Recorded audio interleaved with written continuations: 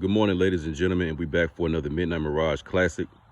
So this morning we have a special guest in, and we're at a special place right now. We're on the Red Stick family compound in Stewart County, Georgia. Louisville, Georgia is the city. And we with a brother right here who's going to basically, tell us a little bit about agricultural sciences and how that's very, very important, to being an original American, because that was part of our culture. And in order to sustain yourself in the private sector, you should be able to defend yourself, feed yourself so your family can thrive. And some of these challenging times and some of these questionable times that we may be in now, we also gonna have the brother just tell us, the importance of, a lot of the men stepping up to the plate and doing things that are necessary to, continue to let the empire thrive and grow. All right. So first, we want to just ask the brother a little bit about who he is. He's been on the page before, but it's been a couple years. So he's just gonna do a basic introduction, and then we'll, show you all around the land a little bit. Yo, what's going on, everybody? How y'all doing? Checking in the Mirage World, but this brother Noah White coming to y'all, agricultural sciences. I have a passion for farming. You can also call me G-Love, but me personally, I really took up agriculture at the college. I was doing a little sports management, but to be honest, for lack of better words, the land really kind of just spoke to me. I was working at a little summer camp, and I just saw like the beauty of the collard greens, beauty of the carrots, and it kind of just hit me like, dang, like, I really need to learn how to grow my own food. Like, say if something ever happened or I needed to just be out in the woods, like, how would I really know how to eat? Of course, we get stuff from the grocery stores, you get your collards, carrots, get your greens for Thanksgiving, but a lot of this stuff we eat in the stores, it actually comes here from the land around us, and especially us as Aboriginal people, we got a special connection to the land. Like, we really literally come directly from the soil, so that's really why I got into farming and agriculture, and it's kind of just taking me over. Like, I love learning about the fruit trees, just growing different crops and veggies.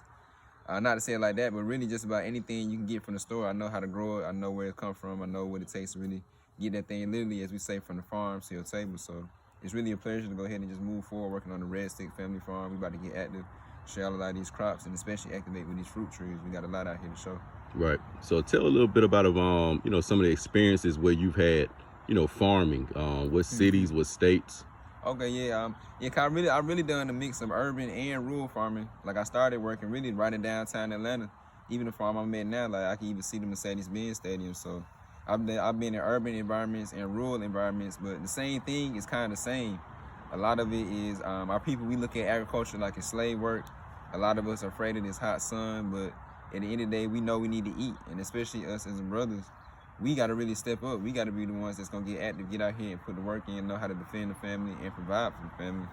So I've been working in Atlanta. I even had the pleasure of working out in Mississippi too. That was actually a real good experience. Like, we had a pond right on the lake, but right on the farm, we just go out, get some fresh fish, get the bass and rim.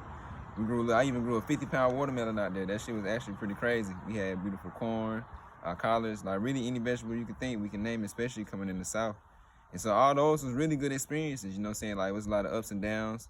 I really learned a whole lot. Like, me personally, I went to school a little bit, but I really went for sports management.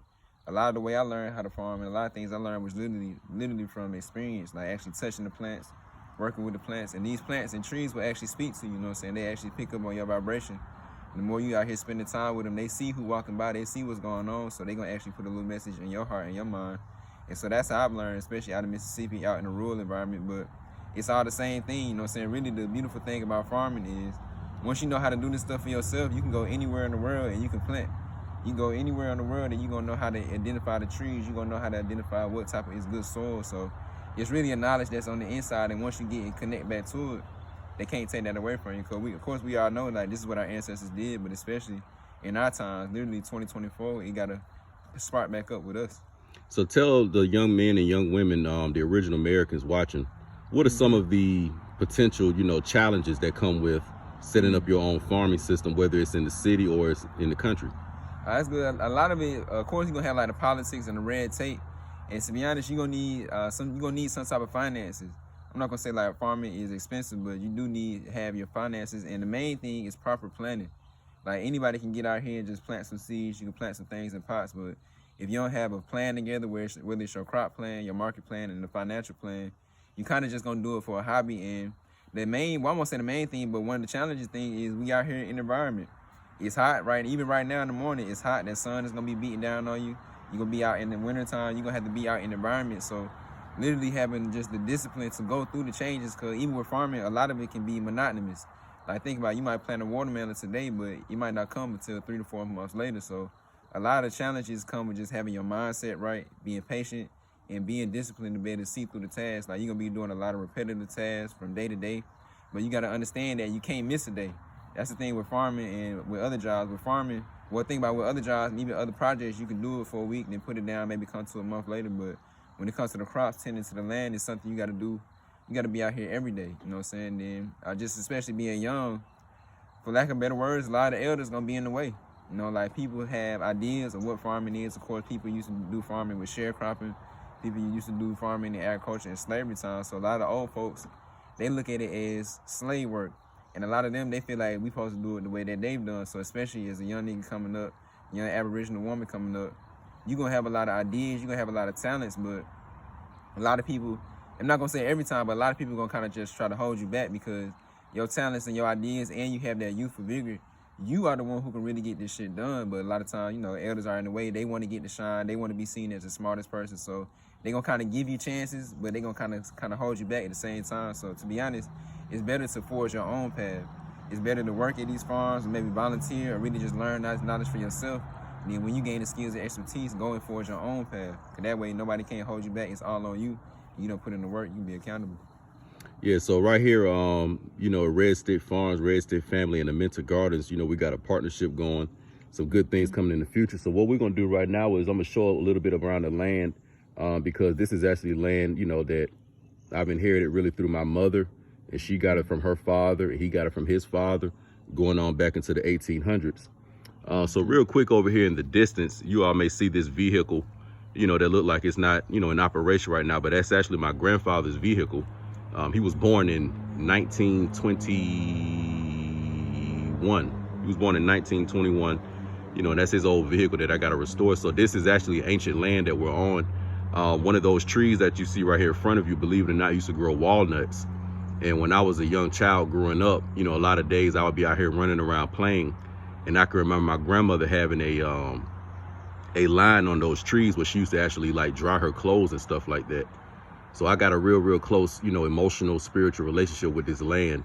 And what's happening is that, you know, me and brother Noah both young. So these are two young generations teaming up to take care of business. So next we're gonna let the agricultural scientists, you know, show us a little bit of the trees on the land, because my ancestors, believe it or not, they used to plant fruit trees, all types of fruits and vegetables, but they would also splice trees. So we'll have the brother, you know, explain a little bit about what that is, and we'll take a look. So what we're looking at here now, y'all, is a plum tree. Plums grow real good, especially in the southeast, Georgia, South Carolina.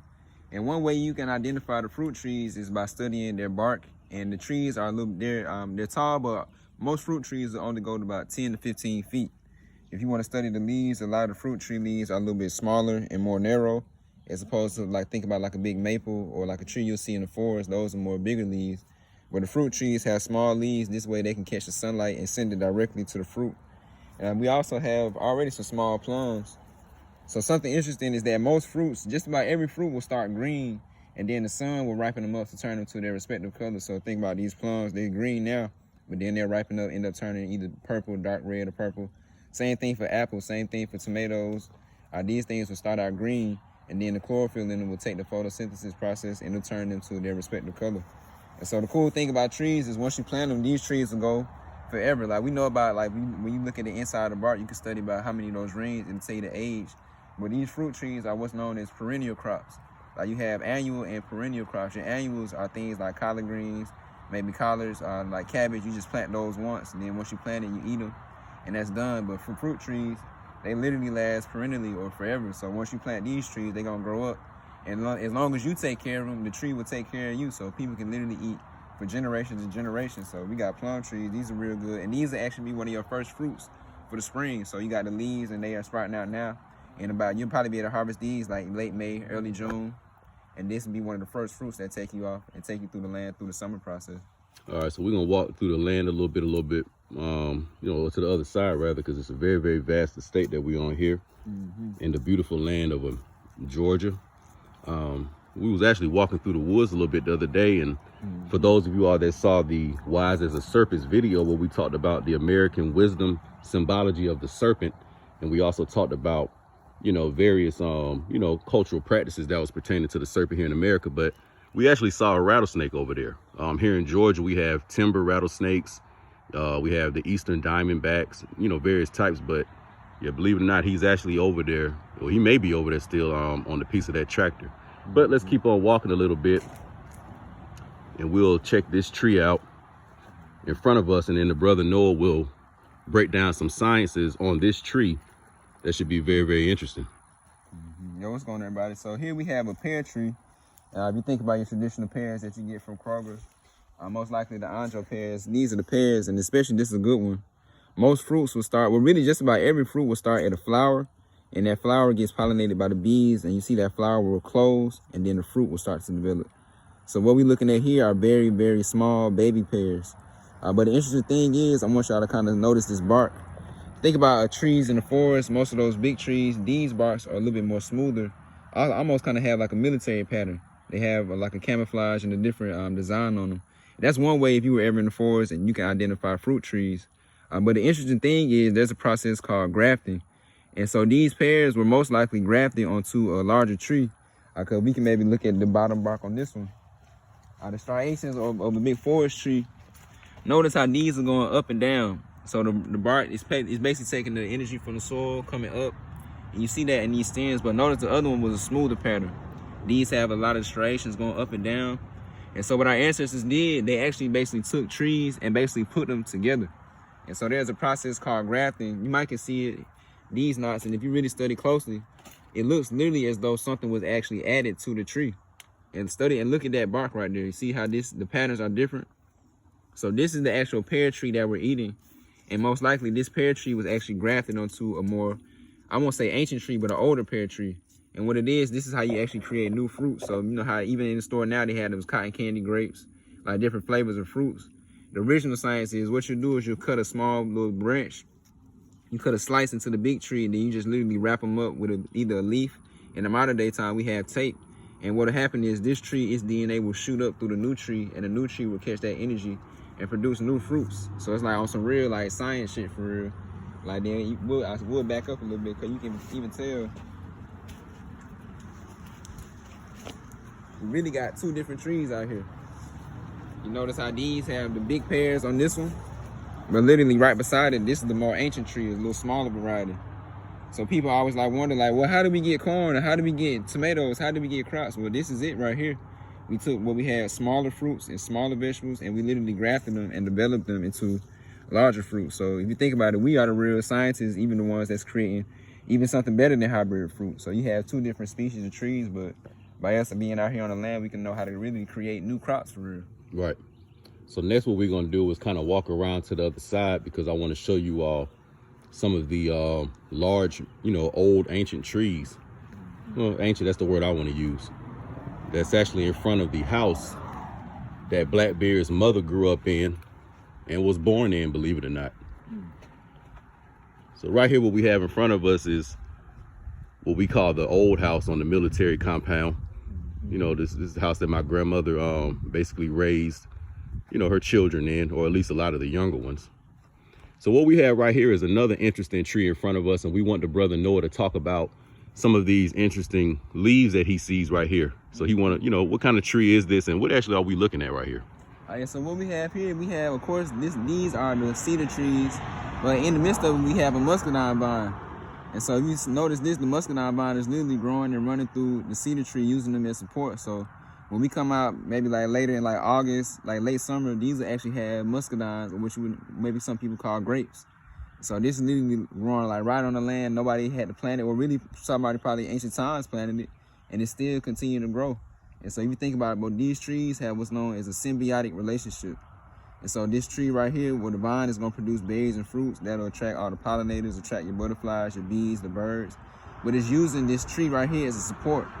Like certain plants like muscadines, even cucumbers, they need something that's known as a trellis or support system. These things are vine and they like to climb and vine, so they need something to land on. And so this cedar tree is one of your stronger trees. When people build raised beds, they'll usually cut these trees down and build their material out of them. The bed, it can last up to 20 years. So this tree is using the support of the cedar tree to basically grow beautiful fruits for real. And this is something that's going on with no human interaction, you know what I'm saying? So that's something cool about farming. It's really not even us doing the work, it's us tapping into Mother Nature, and she's guiding us and showing us what needs to be done on the land. And here as the man, we just here to make it go even better, more efficient. But yeah, it's been a lot of stuff growing on this land, you know, decades and decades and decades before I was born. You know, and as I said, my own mother grew up in this house right here. You know, we get a closer look. You know, this is the house that my mother grew up in, and even a lot of my childhood I spent in this house. And these are the old cedar trees that are around the home. All right. So this is why with some Midnight Mirage videos, when you hear me say things like, you know, the Temple of Solomon or the Temple of Israel and the cedar trees that were built, was this all in the so-called Middle East, or could a lot of this have been in the Americas? All right. So the next thing we want to do and then conclude is kind of get the brother's last words of wisdom for the people. So what do you want to leave the people with? Because this is just like a sneak peek into a future documentary that we'll do, and we'll elaborate on much more and show the people much more. Right here, you know, as you all can see, you know, this is still part of the Armour Estate. We're on a Red Stick compound. And this area of Georgia where we are, the Aboriginal tribes that were in this area were the Hitchiti Creek, the Muskogee Creek, and the Uchi Creek. So those were the primary tribes that more than likely on, you know, my maternal line that I have in this area. So, you know, ancient Mississippians actually were ruling in this area and living in this area for over 1,000 years before any kind of Europeans showed up. And the ancient Mississippians were the ones who were planting on the land, you know, planting the fruits and vegetables. So really Noah is just a descendant of these ancient Mississippians. You know, whether you're people from North Carolina, Alabama, Georgia, the Southeast, and even certain parts of the Midwest. But the chiefdom or the kingdom, let me repeat that, the chiefdom or the kingdom that most so-called Black Americans have, when you have ancestors that were from the South and they may own some kind of land and you knew people were, you know, planting before you were born, this all stems from that ancient Mississippian chiefdom or kingdom. So whatever tribe that your people were from, it was just an extension of that greater Mississippian chiefdom. So brother, what do you want to leave the people with before we conclude the video? And to be honest, I would say it's really a return and a call to the land. Like if you think about it, like the land, this is really our original home, and it still is. But a lot of us have forgotten, you know what I'm saying? We live in a fast life, living a consumerism life, working these jobs, but that's honestly not a safe position. You know what I'm saying? If you think about out here on the land, this is where you come from. You literally have food to eat. You have housing, these trees, you can build housing, you have a safe place for your kids. But if you think about a job, that any day these jobs could fire you, any day these jobs can minimize and can let you go. They could put anything on this food that you get from the grocery store because you didn't see what was going on. So especially moving forward as Aboriginal people, if we don't really get anything done, it's gonna have to be each individual family got to step up, and we got to return to the land. The land has everything we need, whether it's gonna be the healing, the financial income, the safety, and really just peace of mind, peace and freedom. Like we was just chilling, like really for thousands, goddamn even millions of years, like we was living peacefully on the land. This is literally the Garden of Eden, so we actually got to come back. We forgot, got seduced. A lot of us got afraid, start selling each other out, but we got to really put all that to the side. And really, for those who ready, you know what I'm saying, this might not necessarily be something for everybody because it's going to take a lot of hard work. It's going to take a lot of discipline. You're going to have your mind right. It's going to be a lot of sacrifices, and it ain't going to be easy. I just simply say just out here being the son, got being that patient, but for those who ready, go ahead and step up, step out, and make that sacrifice because the land is going to send you, the land is abundant. It's going to take care of you tenfold. So that's the main thing I'll check in with people. Y'all step up, they go ahead and get it done for real. So there you all have it. Amenta Gardens, Red Stick Farms, Red Stick family, Inner Fortune family, Scorpio and Sabret Productions. Stay tuned for the next one. We out.